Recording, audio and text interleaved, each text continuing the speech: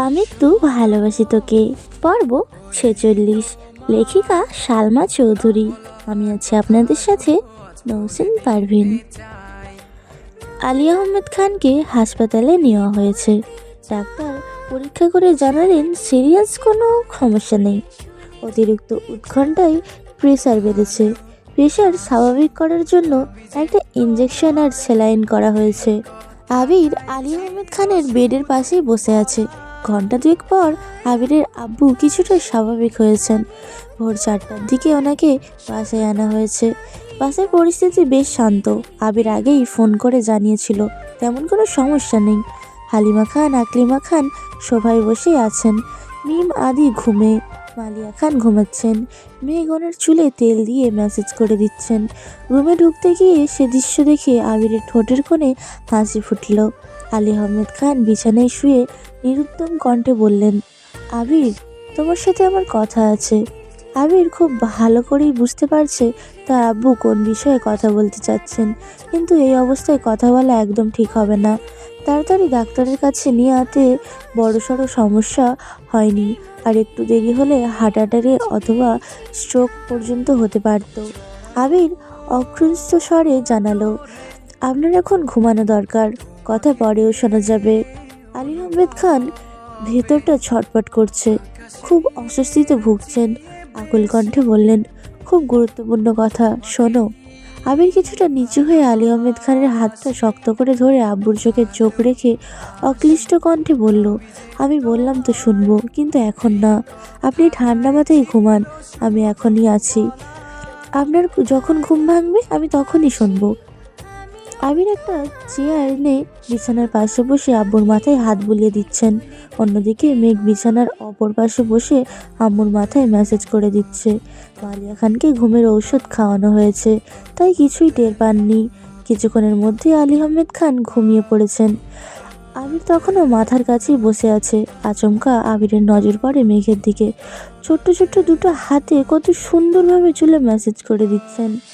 আবিরের দৃষ্টি স্থির হলো। বাবা মায়ের একমাত্র ছেলে হিসেবে বাবা মাকে দেখে রাখার দায়িত্ব আবিরের। আবিরের জীবনসঙ্গী হিসাবে মেঘ নিজেও যত্নের সহিত আবিরের আম্মুকে ঘুম পাড়াচ্ছেন। নাই চাইতেও আবিরের ঠোঁটে হাসি ফুটল। মেঘের দিকে মনোযোগ নেই। বড় আব্বু ঘুমাচ্ছেন দেখে সেও আর সেদিকে তাকাচ্ছে না।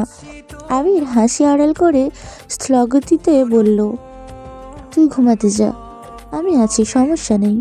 আমার ঘুম পাইনি, ঘুম পেলে না হয় চলে যাব। সকাল হতে চললেও তোর ঘুমানো উচিত। মেয়ে ধীরে সুস্থে বলল, ঘুমানো তো আপনারও উচিত। এত রাত পর্যন্ত সোফায় শুয়েছিলেন, রুমে গিয়ে আজও ঘুমোননি। কে জানে, আপনার চোখ লাল হয়ে আছে, স্পষ্ট বোঝা যাচ্ছে ঘুম প্রয়োজন। কই, আপনি তো ঘুমাতে যাচ্ছেন না? আমি নীরবে হেসে সাবলীল ভঙ্গিতে বলল, বাহ, এত সূক্ষ্ম নজরদারি করে কবে থেকে শুরু করলি? মেঘ বিড়বিড় করে বলল, আপনি দেশে ফেরার পর থেকেই। আবিরের ফোন ভাইব্রেশন হচ্ছে। পকেট থেকে ফোন বের করতেই দেখলো ফুপ্পি কল দিচ্ছে। আবির যেই উঠতে যাবে খেয়াল হলো আলী আহমেদ খান আবিরের হাতে হাত ধরে রেখেছে। আবির হাতের দিকে তাকালো। আব্বুর হাত ছাড়িয়ে বের হওয়ার সাধ্য তার নেই, তাই মেঘের দিকে ফোন এগিয়ে দিয়ে তপ্ত স্বরে বলল, সাবধানে কথা বলিস। মেঘ ফোন হাতে নিতে স্ক্রিনে ফুপ্পি লেখা দেখে তড়িঘড়ি করে বিছানা থেকে নেমে রুম থেকে বেরিয়ে গেল। আবিরের আব্বুকে হাসপাতালে নেওয়ার সময় আবিরের ফুপ্পি আবিরকে কল দিয়েছিলেন, কিন্তু আবির রিসিভ করতে পারেনি। হাসপাতালে যাওয়ার পর তানবীরকে কল দেওয়ায় তানবীর আব্বু কাকামণির আড়ালে গিয়ে শুধু জানিয়েছিলেন বড় আব্বু অসুস্থ, হাসপাতালে আনা হয়েছে। এরপর আর কথা হয়নি। তানবীর বাসায় এসে ফোন চার্জে দিয়ে শুতেই ঘুমিয়ে পড়েছে। মেঘ ফোন রুমে ফেলে নিচে আসছিল, আর রুমে যায়নি। অবশেষে বাধ্য হয়েই আবিরকে কল দিয়েছেন। মেঘ রুম থেকে বের হতে হতে কল রিসিভ করলো। ফুপ্পি আর্তনাদ করে বললেন, ভাইজান এখন কেমন আছে বাবা? মেঘ নরম স্বরে বলল, বড় আব্বু মোটামুটি সুস্থ আছেন, বাসায় নিয়ে আসছেন, এখন ঘুমাচ্ছেন। তুমি টেনশন করো না ফুপ্পি। মেঘ, হ্যাঁ ফুপ্পি। আবির কোথায়? আবির ভাই বড় আব্বুর কাছে বসে আছে, তাই আমাকে ফোন দিয়েছেন। বাসার সবাই ঠিক আছে তো?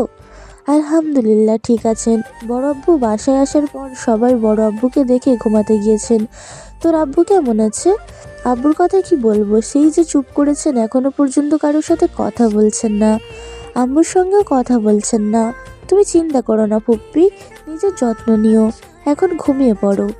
আচ্ছা, তোরাও সাবধানে থাকিস, সম্ভব হলে আবিরের একটু যত্ন নিস, ছেলেটা মাত্রাতিরিক্ত দুশ্চিন্তা করে। আমার কথা শুনবে নাকি? এক ধমক দিয়ে 10 হাত দূরে ফেলে দিবে। মাহমুদা খান মৃদু হেসে বললেন, তুই বুঝিয়া বলিস। আচ্ছা বলবো, এখন রাখছি, আল্লাহ হাফিজ। আল্লাহ হাফিজ। মেঘ কথা শেষ করে আবিরের কাছে ফোন নিয়ে গেল। আবির ফোন নিয়ে শীতল কণ্ঠে বলল, ঘুমোতে যা। মেঘ মাথা নিচু করে ধীর কণ্ঠে বলল, আমি থাকি এখানে। আবির কপাল কুঁচকে তাকালো। মেঘ চোখ তুলতেই দুজনের চোখাচোখি হলো। আবির গম্ভীর কণ্ঠে বলল, রাত জেগে শরীর খারাপ করার কোনো প্রয়োজন নেই, রুমে যা। মেঘ আবিরের পানে চেয়ে গাল ফুলিয়ে ওষ্ঠ উল্টালো। বড় আম্মুকে রেখে যেতে ইচ্ছেই করছে না তার। চোখে ঘুমও নেই, তাছাড়া এখানে থাকলে আবির ভাইয়ের কাছাকাছি থাকতে পারত। অভিমান জমেছে মনের কোণে। আবির কণ্ঠ দ্বিগুণ ভারী করে বলল, কথা বললে একটু মানিস প্লিজ। মেঘ আর কিছু বলল না। আবির ভাইয়ের শান্ত অথচ শক্ত কণ্ঠের কথাতে আবেগ অনুভূতি তীব্র অধিকারবোধ লুকিয়ে আছে, তা বুঝতে পেরেই মেঘ চুপচাপ রুমে চলে গিয়েছে। হাত মুখ ধুয়ে অজু করে নামাজ পড়ে একেবারে শুয়েছে, কিন্তু চোখে বিন্দুমাত্র ঘুম নেই তার। গতকালের ঘটনাগুলো বারবার মাথায় ঘুরছে। গোমরামুখ আবির ভাইয়ের পরিবর্তনটা আজ মেঘের মনে বারবার খোঁচা দিচ্ছে। আবির দেশে আসার পর মেঘের সঙ্গে তেমন কথাই বলতো না, বললেও চোখে মুখে সবসময় রাগ ক্রোধ থাকতো। হুঠাৎ ধমক দিয়ে বসতো, অথচ ধীরে ধীরে আবির কেমন যেন পরিবর্তন হয়ে যাচ্ছে। এখন আর আগের মতো রাগ দেখায় না, মেঘের উপর শুধু শুধু চেঁচায় না, কিছু জিজ্ঞাসা করলে শীতল কণ্ঠে উত্তর দেয়। আর যত্ন তো কয়েক গুণ বেড়েছে। আবিরকে নিয়ে ভাবতে ভাবতে মেঘ ঘুমিয়ে পড়েছে। প্রায় 8টা নাগাদ মালিয়া খান সজাগ হয়েছেন। আবির তখনও চেয়ারে হেলান দিয়েই বসে আছে। মালিয়া খান শোয়া থেকে তাড়াতাড়ি উঠে বসলেন। উদ্বিগ্ন কণ্ঠে আবিরকে প্রশ্ন করলেন, তোর আব্বুকে নিয়ে কখন পাশে আসছিস? ডাকিসনি কেন আমায়? 4টার দিকে আসছি, তুমি ঘুমাচ্ছিলে তাই ডাকিনি। তোর আব্বু ঠিক আছে তো? আলহামদুলিল্লাহ, একদম সুস্থ আছে, শুধু প্রেশারটা একটু বাড়তি। আজে বাজে চিন্তা ভাবনা বাদ দিতে বলছেন। মালিয়া খান করুণ দৃষ্টিতে আবিরের মুখের পানে তাকিয়ে আছে। তারপর মোলায়েম কণ্ঠে শুধালেন, সারা রাত ঘুমাসনি? না। রুমে গিয়ে একটু ঘুমিয়ে নে, আমি তো তোর আব্বুর কাছে। সমস্যা নেই, আব্বু উঠুক পরে যাব। মালিয়া খান তেমন জোর করলেন না। বাবার অসুস্থতায় ছেলে পাশে থাক, এটা সব মায়েরই চাইবে। মালিয়া খান উঠে ফ্রেশ হয়ে রান্নাঘরের দিকে চলে গেলেন। ততক্ষণে সকালের নাস্তা প্রায় রেডি হয়ে গিয়েছে। বাড়িতে একজন হেল্পিং হ্যান্ড আছে, যিনি প্রায় 15 বছর যাবৎ এই বাড়িতেই থাকেন। ওনার নাম খোদেজা। ওনার হাজব্যান্ড এই বাড়ির দারোয়ান। বাড়ির দেখাশোনা ওনারা দুজনই মিলেই করেন। ওনাদের দুজন মেয়ে, বড় মেয়ের বিয়ে হয়ে গিয়েছে, ছোট মেয়েটা এখন ক্লাস 6-এ পড়ে। তাদের খাওয়া দাওয়া থেকে শুরু করে মেয়ের পড়াশোনার খরচ সহ সব দায়িত্বই আবিরের আব্বুর। আবিরদের মেন গেটের পাশে ওনাদের থাকার জন্য 2টা রুম করে দিয়েছেন। উনি সব কাটা বাছা করে দেন, কিন্তু রান্না বেশিরভাগ সময় মালিয়া খান নিজেই করেন। মালিয়া খানের রান্না ছাড়া আবিরের আব্বু খেতে পারেন না। অসুস্থতার কারণে সব রান্না করতে না পারলেও আলী আহমেদ খানের জন্য অল্প স্বল্প রান্না মালিয়া খানই করেন। এখন বেশিরভাগ রান্না হালিমা খান করেন। রান্না করাটা হালিমা খানের শখ, নতুন নতুন রেসিপি বানানো, বাড়ির সবাইকে তা খাওয়ানো ওনার বেশ ভালোই লাগে। অন্যদিকে আকলিমা খান রান্না পারেন না বললেই চলে। মালিয়া খান বা হালিমা খান রান্না করলে উনি শুধু দাঁড়িয়ে দাঁড়িয়ে দেখেন, মাঝে মাঝে লবণ চেক করেন। বড় 2 বউ অসুস্থ থাকলে বাধ্য হয়ে খোদেজা আফার সহযোগিতায় রান্না করেন, তবে তা খাওয়ার যোগ্য হবে কিনা সে বিষয়ে সবসময় চিন্তিত থাকেন। আবির আসার পর আরেকজন হেল্পিং হ্যান্ড এনেছেন। উনি 2 থেকে 3 ঘন্টার জন্য এসে ঝাড়া মোছা কাপড় ধোয়া সাথে অন্য কিছু কাজ করে দিয়ে যান। আজ মালিয়া খান হালিমা খান দুজনেই উঠতে দেরি করেছেন, তাই আকলিমা খান আর খোদেজা আফা মিলে নাস্তা রেডি করেছেন। মালিয়া খান রান্নাঘরে এসে আবিরের জন্য হালকা নাস্তা নিয়ে রুমে চলে গিয়েছেন। আম্মুর কর্মকাণ্ডে আবির বিরক্ত হয়ে বলল, তোমাকে নাস্তা আনতে গিয়ে বলেছে, ভালো না লাগলে ঘুমে ঘুমাও। তোর আব্বুর জন্য রান্না করতে হবে, এই অবস্থায় রান্না করতে যাবে? ওরা সব রেডি করে রেখেছে, শুধু রান্নাটা করব। আমি রাগান্বিত কণ্ঠে বলল, যা খুশি করো, তোমাদের কাউকে কথা মানতে হবে না। কাউকে কথা মানাতেও পারলাম না। আমি দীর্ঘশ্বাস ছাড়লো। মালিয়া খান খানিক হেসে বেরিয়ে গেলেন। মালিয়া খান ড্রয়িং রুম পর্যন্ত যেতেই মেঘ নেমে আসলো। মালিয়া খানের আগেই রান্নাঘরে ছুটে গেল। সবাই আলী আহমেদ খানের রান্নার বিষয়ের কথা বলছিল। মেঘ উত্তেজিত কণ্ঠে বলল, বড় আব্বুর জন্য আজ আমি রান্না করব। আকলিমা খান হেসেই বললেন, মেঘ তুই রান্না কবে শিখলি? আজকে শিখবো, তারপর রান্না করব। মালিয়া খান ততস্থ হয়ে বললেন, না রে মা, তোর রান্না করতে হবে না। তোর বড় আব্বুর এমনিতেই অসুস্থ, রান্না ভালো না হলে খেতে পারবে না। রান্না একবারে ভালো না হলে প্রয়োজনে 5বার করব, তবু আমিই রান্না করব। তুমি শুধু বসে বসে আমায় দিক নির্দেশনা দিবে। মা রে, পাগলামি করিস না। মেঘ শক্ত কণ্ঠে বলা শুরু করলো, ডিসিশন ফাইনাল, রান্না আমিই করব। আমি এই বিষয়ে আর কোনো কথা শুনতে চাই না। তোমরা সবাই রান্নাঘর থেকে যাও, ডাইনিং থেকে নির্দেশনা দিলেই চলবে। বড় আব্বু আব্বু আবির ভাই যেভাবে নিজের মর্জি চালান, মেঘও আজ ঠিক সেভাবেই বলেছে। মালিয়া খান সহ বাকিরাও আশ্চর্য নয়নে মেঘকে দেখছে। সামান্য নুডলস করতে গেলে যে মেয়ে 10বার আম্মু, বড় আম্মু অথবা কাকিয়াকে ডাকতে থাকে, সে আজ রান্নার জন্য সবাইকে রান্নাঘর থেকে বের করে দিচ্ছে। ভাবা যায়। মালিয়া খান ডাইনিংয়ে বসেই মেঘকে নির্দেশনা দিচ্ছে। মেঘ সে অনুযায়ী রান্না করছে। একবারের জায়গায় 10বার লবণ চেক করছে।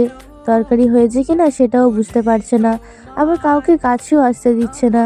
মালিয়া খানের কথা মতো বড় আব্বুর জন্য 2টা তরকারি রান্না করেছে। রান্না শেষে ছুটে গেল বড় আব্বুর রুমে, বড় আব্বু উঠেছে কিনা তা দেখার জন্য। 3 দিনের অনিদ্রায় আবিরের চোখ ঘুমে টানছিল, তাই চেয়ারে হেলান দিয়েই ঘুমিয়ে পড়েছিল। মেঘের নুপুরের শব্দে সহসা ঘুম ভেঙে গিয়েছে। ক্ষুদ্র পরিসরে তাকাতেই চোখে পড়ল মেঘের নাজেহাল অবস্থা। গ্যাসের তাপে ঘেমে একাকার অবস্থা হয়ে গিয়েছে। যে মেয়ে আজ পর্যন্ত টানা 10 মিনিট চুলার পাশে দাঁড়িয়ে থাকেনি, সে আজ প্রায় 1 থেকে 1.5 ঘন্টা যাবৎ রান্না করেছে। চোখ মুখ লাল হয়ে আছে। আবির সূক্ষ্ম নেত্রে মেঘকে দেখে মৃদুগামী কণ্ঠে বলল, তোর এই অবস্থা কেন? মেঘ উত্তর না দিয়ে উল্টে প্রশ্ন করলো, বড় আব্বু এখনো ওঠেনি? না। আচ্ছা। মেঘ চলে যাচ্ছে। আবির পেছন থেকে গম্ভীর কণ্ঠে আবারও প্রশ্ন করলো, আমি কি জিজ্ঞাসা করেছি? এমনি বলে মেঘ চলে গিয়েছে। আবিরের দুশ্চিন্তার কমতি নেই। আব্বু আম্মু মেঘ ফুপ্পি প্রত্যেকেই চিন্তা এক আবিরের মাথায়, সেই সঙ্গে নিয়েই ব্যবসা, আব্বুর ব্যবসা। তানবীরের চিন্তা তো আছেই। একা একজনের পক্ষে কতটা কি সামলানো সম্ভব? 9টার দিকে আলী আহমেদ খানের ঘুম ভাঙে। সজাগ হয়ে আবিরের দিকে ঘুম ঘুম চোখে তাকাতেই আবির কোমল কণ্ঠে প্রশ্ন করলো, এখন কেমন লাগছে? কিছুটা স্বাভাবিক মনে হচ্ছে।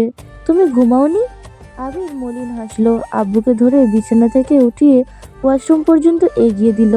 আলী আহমেদ খান অনেকটাই সুস্থ, এটাই চলতে পারবেন, তবুও আবির রিস্ক নিতে চায় না। আলী আহমেদ খান ফ্রেশ হয়ে বিছানায় এসে বসতেই আবির প্রেশার মাপার যন্ত্র নিয়ে আসলো।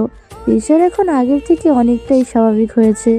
আলী আহমেদ খান গুরুভার কণ্ঠে প্রশ্ন করলেন, তানবীর কোথায়? ওঠেনি এখনো? বলতে পারছি না, দেখতে হবে। তানবীরকে ডাকো, তোমাদের 2 ভাইয়ের সাথে আমার কথা আছে। আবির ভ্রু কুঁচকে বলল, আগে খাবার খেয়ে ওষুধ খাবেন, তারপরে কথা শুনবো। আলী আহমেদ খান গম্ভীর কণ্ঠে বললেন, তুমি আমার কথা গুরুত্ব দিচ্ছ না।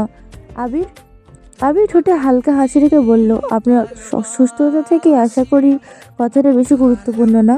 আপনি সুস্থ থাকলে একটা কেন, লক্ষ কোটি কথা বলতে পারবেন। আলী আহমেদ খান নিশ্চুপ। আবির রুম থেকেই উচ্চস্বরে বলল, আম্মু, আব্বুর জন্য খাবার পাঠাও। একটু পরই মেঘ খাবার নিয়ে রুমে ঢুকলো। আবির কপাল গুটিয়ে চেয়ে আছে। মেঘ ভাতের প্লেট রেখে আবারও ছুটলো, একে একে সব নিয়ে আসছে। মালিয়া খান রুমে এসে বিছানার পাশে বসে আবিরের আব্বুর সাথে কথা বলছে। এই সুযোগে আবির মেঘের দিকে তাকিয়ে ভ্রু নাচালো। মেঘ শুধু মুচকি হাসলো। আবিরের মাথায় কিছুই ঢুকছে না। মালিয়া খান এবার খাবারের প্লেট এগিয়ে দিয়েই উদ্দীপ্ত স্তরে বলল, নিন, খেয়ে বলুন রান্না কেমন হয়েছে। আলী আহমেদ খান অল্প খেয়ে কপাল খানিকটা কুঁচকালো। সে দৃশ্য দেখে ভয়ে মেঘের বুক কেঁপে উঠেছে। স্বয়ং আবির ভাই এখানে উপস্থিত, রান্না খারাপ হলে আজ খবরই আছে। আলী আহমেদ খান আর একটু খেয়ে হাসি মুখে বললেন, আজকে রান্নার স্বাদ অন্য রকম। এ রান্না তো তোমার না, কে রান্না করেছে? মালিয়া খান চোখের ইশারায় মেঘকে দেখালো। আলী আহমেদ খান অবাক চোখে মেঘের দিকে তাকালো। আলী আহমেদ খানের থেকেও কয়েক গুণ বেশি অবাক হয়েছে আবির। বিপুল চোখে তাকিয়ে আছে মেঘের দিকে। মেঘ লজ্জায় মাথা নিচু করে রেখেছেন।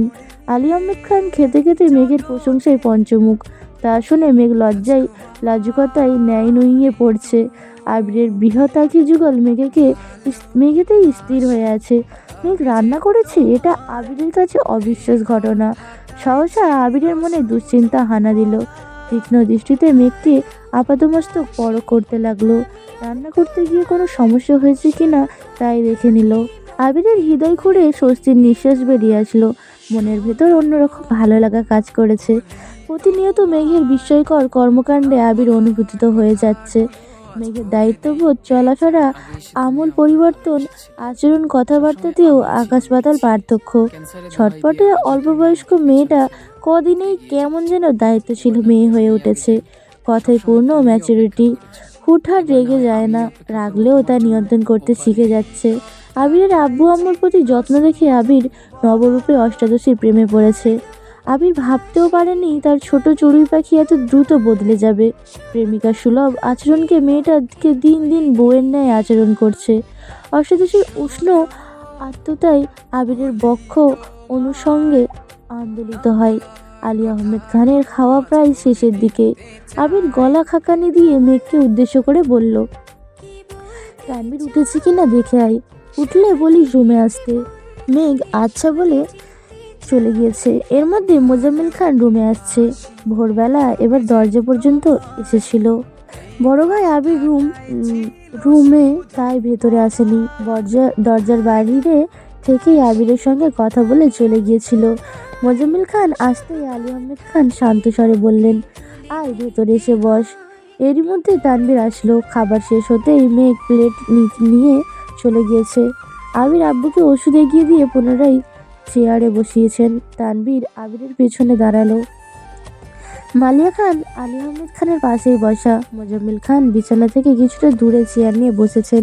মেঘ দরজায় এসে দাঁড়িয়েছেন। পরিবেশ কেমন যেন স্তব্ধ।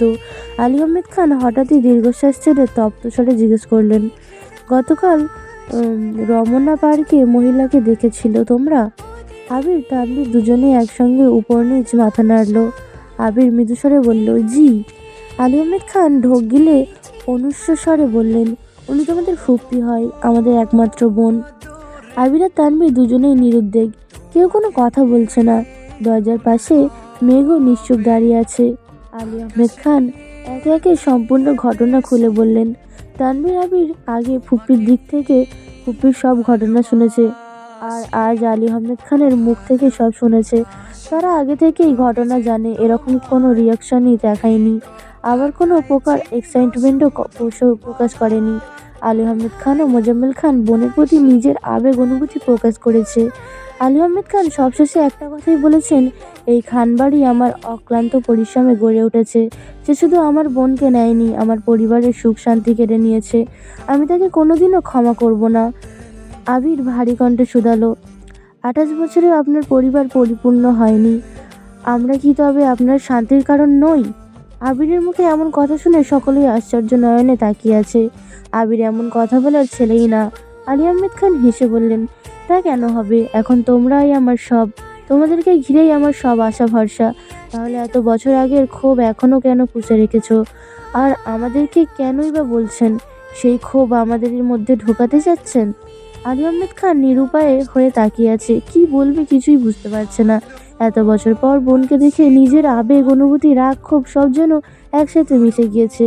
মোজাম্মেল খান ধীর কণ্ঠে বললেন, তোমাদের একজন ফুপ্পি আছে, তা আমাদের জানা দরকার, সেজন্যই তা তোমাদের জানানো দরকার, সেজন্যই জানানো হয়েছে। আবির মৃদু হেসে বলল, আপনারা যদি নিজের ক্রোধ কমাতে না পারেন আর ওনারকে এই বাড়ির চৌখাট পেরোতেই না দেন, তবে আমাদের ফুপ্পি আছে কি নেই সেই কথা জেনে আমাদের কি কাজ? তানভীর সন্দিহান চোখে চেয়ে প্রশ্ন করল, ফুপ্পিকে এই বাড়িতে আনা যায় না? সেটা সময় বলে দিবে। আরও কিছুক্ষণ চলল এই কথোপকথন। আবির বাবা চাচাদের ইচ্ছাকৃত খোঁচা দিয়ে কথা বলছে, যেন ওনাদের ভেতরে রাগ খুব কমে আছে। আবিররা ওনাদের সাপোর্ট করলেই সেই রাগ কমার বদলে উল্টে বেড়ে যাবে। কথা শেষ করে আবির নিজের রুমে গিয়ে ফ্রেশ হয়ে শুয়ে পড়েছে। 3 দিনের সারাদিনের ক্লান্তির চোখে ঘুম আছড়ে পড়ছে। অফিসে যাওয়ার বিন্দুমাত্র শক্তি নেই। রাকিবকে জানিয়ে দিয়েছে সেই যে সকাল দিকে ঘুমিয়েছিল সেই ঘুম ভেঙেই সন্ধ্যের আগে আগে হাত মুখ ধুয়ে তাড়াতাড়ি নিচে আসছে। সারাদিন ঘুমের কারণে আব্বুর খোঁজ নিতে পারেনি। রুমে ঢুকতে গিয়ে দেখলো আলী আহমেদ খান বিছানায় হেলান দিয়ে চোখ বন্ধ করে বসে আছেন। মেঘ পাশের চেয়ারে বসে বসে বড় আব্বুর পত্রিকা পড়ে শোনাচ্ছেন। আবির তা দেখে রীতিমতো ভিড়িমিড়ি খেলো। মেঘের প্রতি দুর্বলতা ক্রমশ বাড়ছে। আবির ধীর গতিতে রুমে ঢুকে আব্বুর পায়ের কাছে বসলো, আস্তে করে বলল এবং ডাকলো, আব্বু। আলী আহমেদ খান চোখ মেলে তাকানোর সঙ্গে সঙ্গে মেঘের পত্রিকা পড়াও বন্ধ হয়ে গেছে। আবির ধীরস্থিতভাবে জিজ্ঞেস করলো, এখন শরীর কেমন আছে? আলহামদুলিল্লাহ, ভালো। আবির উদ্বিগ্ন কণ্ঠে শুধালো, ঔষধ? আলী আহমেদ খান মেঘের দিকে তাকিয়ে বললেন, আমার মাই খাইয়ে দিয়েছেন, সারাদিন ধরে এখানে বসে আছে, রুমেই যাচ্ছে না। আবির কপাল কুঁচকে মনে মনে বিড়বিড় করে বলল, তোর ম্যাচুরিটি আমার প্রতিনিয়ত উন্মাদ করে তুলছে। এত ম্যাচুরেট হয়ে যাচ্ছিস কেন তুই? সম্পূর্ণাঙ্গ বউ তো আমি চাইনি। আমার উগ্র বদমেজাজি উচ্ছৃঙ্খলা বউটাকে কি তবে আমি হারিয়ে ফেলছি? এই পর্যন্তই ছিল আমি তো ভালোবাসি তোকে পর্ব 46। পরবর্তী পর্বগুলো শোনার জন্য চ্যানেলেই চোখ রাখুন। সবাই ভালো থাকবেন, সুস্থ থাকবেন। আল্লাহ হাফিজ।